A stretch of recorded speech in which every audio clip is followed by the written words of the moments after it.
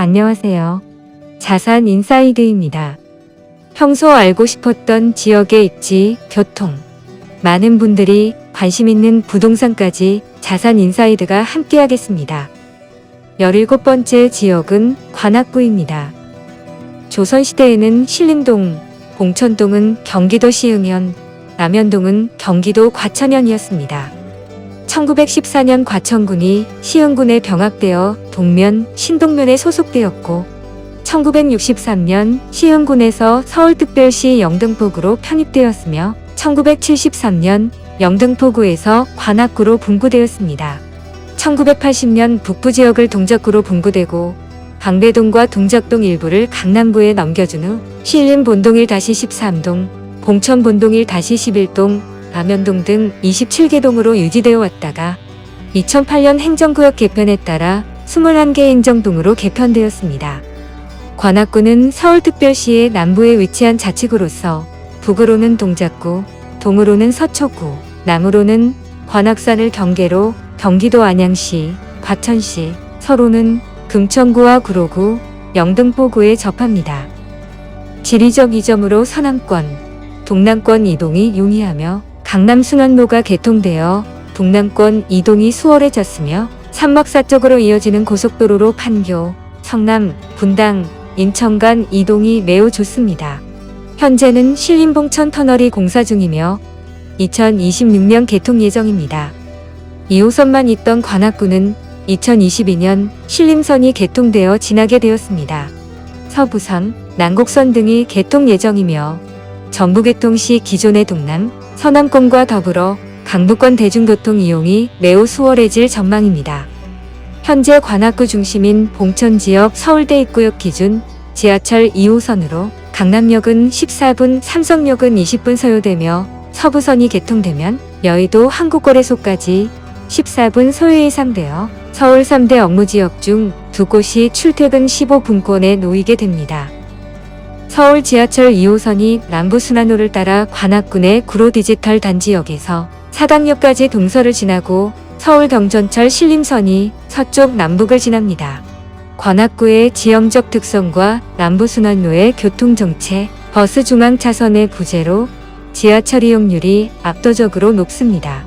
향후 서울 경전철 서부선과 서울 경전철 난곡선도 관악구를 지날 예정인데 이들이 완공된다면 국내 교통 사각지대의 교통난 해소와 전반적인 도심 접근성 향상에 도움이 될 것으로 기대되기도 합니다.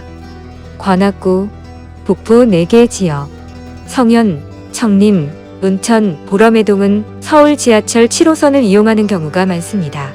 7호선은 관악구 관내에 역은 없으나 관내를 지나가기는 하는 특이한 상황으로 숭실대 입구역과 신대 방산거리역은 관악구와 꽤 인접해 있습니다.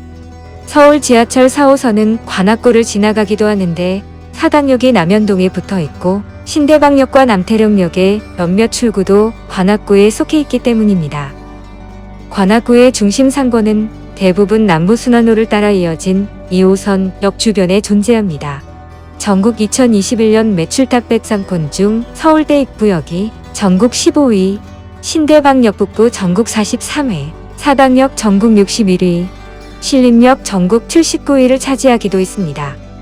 제일 큰 상권인 서울대 입구역 주변 상권은 40회지로 고시촌 세트, 강남권 통학 서울대재학생 증가, 서울대우문 관악학생활관 인원 증가 등으로 서울대 입구역 주변 유동인구가 증가하던 시기 이 일대에 특색 있는 가게들이 생기면서 차로수길이 만들어졌고 발전하게 되었습니다. 이에 영향을 받았는지 서울시와 관악구는 차로수길 맞은편에 생활상권을 활성화시키고 발전시키기 위해 행운담길을 조성하고 있기도 합니다. 관악구는 90년대 말에서 2000년대 초중반 재개발로 대규모 변화가 일어난 지역이기도 합니다. 관악현대 푸르지오 아파트, 관악드림타운, 우성아파트 등 수많은 대규모 아파트 단지들이 들어섰습니다. 난향동 지역도 2000년 중반 관악휴먼시아 및 신림이차 푸르지오 아파트가 들어서 동네의 모습을 일신했습니다.